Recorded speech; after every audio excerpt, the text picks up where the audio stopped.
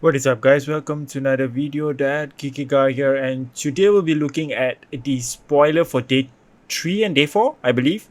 So we're gonna go through all the spoilers and then we're gonna check out what is going on. So what we have here is starting from a draconic illusionist action. So we have both Necria and Invoke Necria. So if you guys are curious, this is basically the official Flesh and Blood Discord. Official in the sense for the community. So you guys can check it out if you want.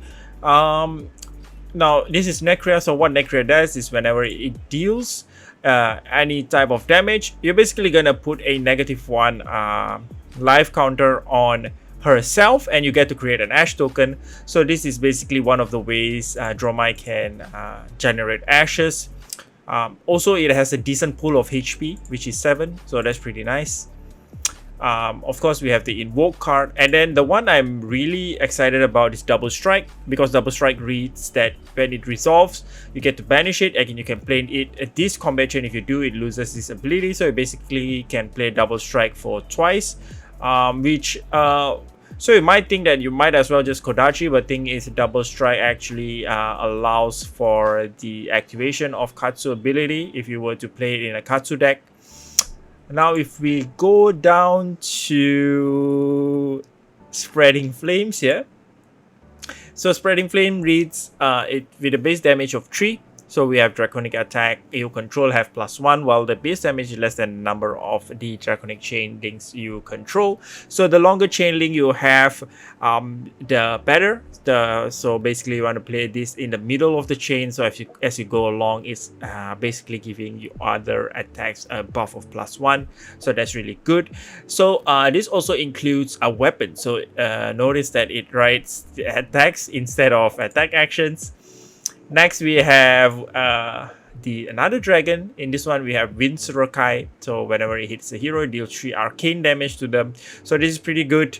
To invoke it, though, you do require 3 resources, and you get to transform it into the dragon, and then get to go again. And then whenever it hits, you deal 3 arcane damage. So your opponent does do better want to block this fully, so it comes for 6, so you can block it for 3 and 3 or 2 to 2, so depending on the deck they are playing.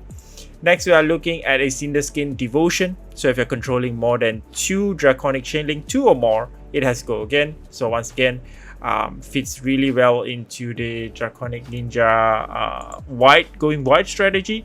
Next, we are looking at the Lava Vein Loyalty. So if you control 2 or more, once again, same concept, it has go again if you control 2 or more. So these are the attacks that you want to play in the middle of the chain to actually give it go again.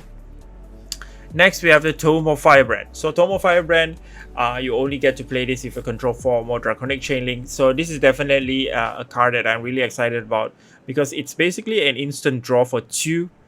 Really good. It only costs 1. Next, we have Invoke Tamai. So Tamai is one of the Draconic Illusionist Dragon allies. So opponents can't play or activate any abilities during your turn. This really screws with classes like Wizard, who wants to play their cards on the opponent's turn, dealing those pesky arcane damage. So this is one of the good sideboard allies against Wizard, I believe. So Dromai has that option. Next, we have Take the Tempo. So Take the Tempo is another one of those cards that I'm really excited about, because if it hits, if you hit 3 or more times this combat chain, banish the top card, and if it's an attack action, you can play it until the end of the next turn. So let's say you banish the top card, it's an attack action, let's say a Snatch, you can play it at the end until the end of the next turn.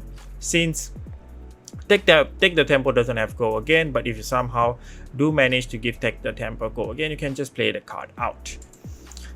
So if we go again to the bottom, now we finally have a look at the ninja weapon, which is the Searing Ember Blade.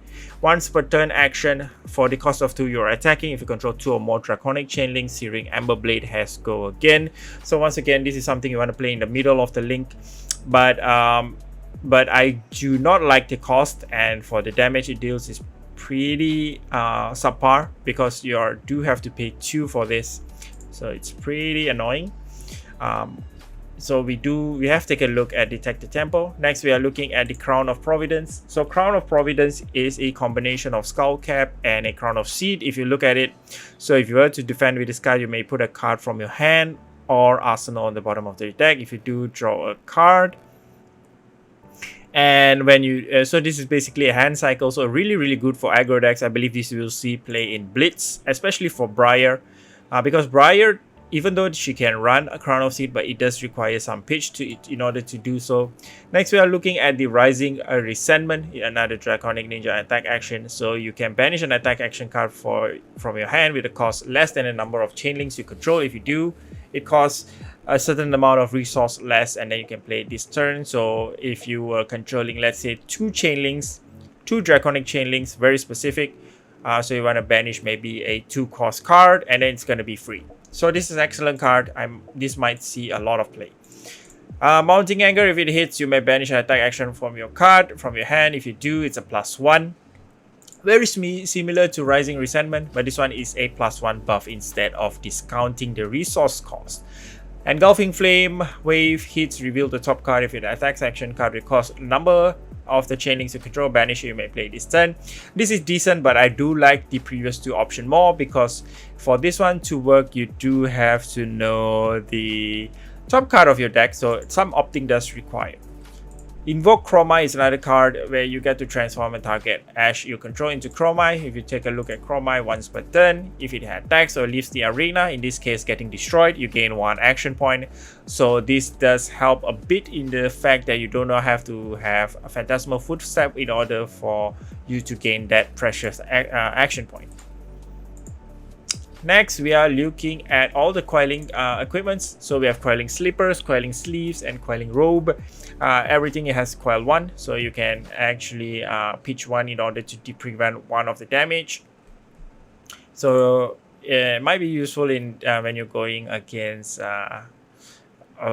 if you feel like your field is going to be filled with Kanos and different types of arcane damage, Islander. And then maybe even useful against Viceroy, because you can choose the type of source that you're dealing with. And then next, we are looking at Oasis Respite. So for the cost of 1, you get to prevent the next 4 damage. If they have less life than each other hero, they may gain 1 life. So so if you do have less life than your opponent, you get to gain 1. That's basically what it means. Next, we are looking at Transmogrify.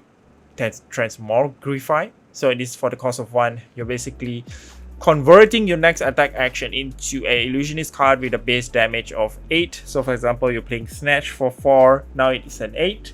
And it gains Phantasm though. So your opponent can pop that. A Waning Moon, which is a new weapon for wizards. So it's a once per turn instant for the cost of 2, you're dealing 2 arcane damage to your opponent. Or a target hero if it's not your turn. You can activate as an instant and then just deal 3 arcane damage instead for them. So it is decent. And then we are looking at Alluvian Constellas. So this is a very interesting chess equipment where every time, the first time it prevents arcane damage. If it has less than 4 energy counter, you may put an energy counter on it. So each turn, so this is very interesting against arcane users, so things like Runeblade or even wizards. If you're a mirror match, this might be useful as you amass that energy counters, so you can get to activate your staffs for a cheaper cost 3 less or more. And then next, we are looking at Singh. Singh is a wizard action where you get to deal 1 arcane damage to the target hero and up to 3 target allies they control. So this is the answer for wizards. So wizards have some answers to the Aether Ashwings. So if you guys don't remember, Aether Ashwings are the little dragon allies that Draw My creates. Next, we have That's All You Got. So this is a generic defense reaction. Whenever it is defending an attack with 2 or less cost, when the combat chain closes, you get to draw a card. This is a direct, pretty useful against weapons that deal 2 or less damage. So things like Kodachis, and then even cheap cost attacks. So this is pretty useful as you get to draw a card. And also it pitches for yellow, so Prisms might like this. Next, we are looking at Yandere. Yandere is one of those Draconic Illusionist Dragon ally again. If it enters the arena with a endurance counter, if it will to deal damage, remove, and then prevent 3 of those damage, basically tanking some of those damage. So we have the Invoke card here and the Yandere, and then we have a nice full art card. Next, we are looking at Rewind. So Rewind has one of the more interesting art from Uprising. I really love this art. I believe it's the same artist that did a previous card that I can't remember from Everfest, but he has the same art style. You get to negate a target non-attack action and then return it to your owner's hand, and then you gain 1 action point. So you get to return it. So what happens is basically wasting your opponent's pitch. That's what it does. And then next we have Helios Emitter. So what this does is basically for the instant speed you get to pay 2 in order to prevent the next 1 damage. So it works for both arcane and physical. Ghostly Touch is an interesting one. So this is another legendary equipment. So this time it's an illusionist equipment for arm. So this works for both Prism and Dromai, since it's an illusionist equipment. So whenever attack is destroyed by Phantasm, you can put a Haunt counter on Ghostly Touch, remove a Haunt counter until the end of turn. This becomes an illusionist ally with Phantasm. So basically converting those counters into an illusionist ally. The base damage and the base health is equals to the Haunt counter on it, and you get to attack with it for the cost of 3. So I'm not sure how good this is. It doesn't even block. So depending on your deck build, Dreamweaver might be better. Next, we are looking at Erase Phase. So Erase Phase is one of those interesting cards from the set. If it hits a hero, cards and tokens they own, loses all class and talent type until the end of next turn, which really confuses me at the first time that I saw this. So after some of my team members and friends actually mentioned some of the possible uses is things like Runeblade classes gonna get hurt because Mauvrian Skies does specify the type of attacks that gains go again. Runeblade attacks gains go again. So when Erase Phase hits, so the Runeblade class loses the keyword, and now it doesn't gain the go again because Mauvrian Skies only works on Runeblade cards. So that's one of the examples that they mentioned. Next, we are looking at Frightman. For Frightman, it's really scary. First of all, with the art, it costs 3 and it comes for 13, which is the biggest damage. I believe the second biggest damage from the card that we have seen so far. So the first one being Pulverize. This is for 13, though it does have Phantasm. So it's not easy to play out this card, I believe, because it does cost 3. So depending on your deck build, because it's not easy to give it go again, even for Prism. So this might work. Might not. So resource is going to be one of the problems. As we move along, the final card that we have here is Mirage. So Mirage reads your first dragon attack each turn, loses and can't gain Phantasm. So this is basically a passing Mirage in the form of dragon. So specific to Dromai. So pretty useful when you basically allow your first dragon to attack without the I would say without the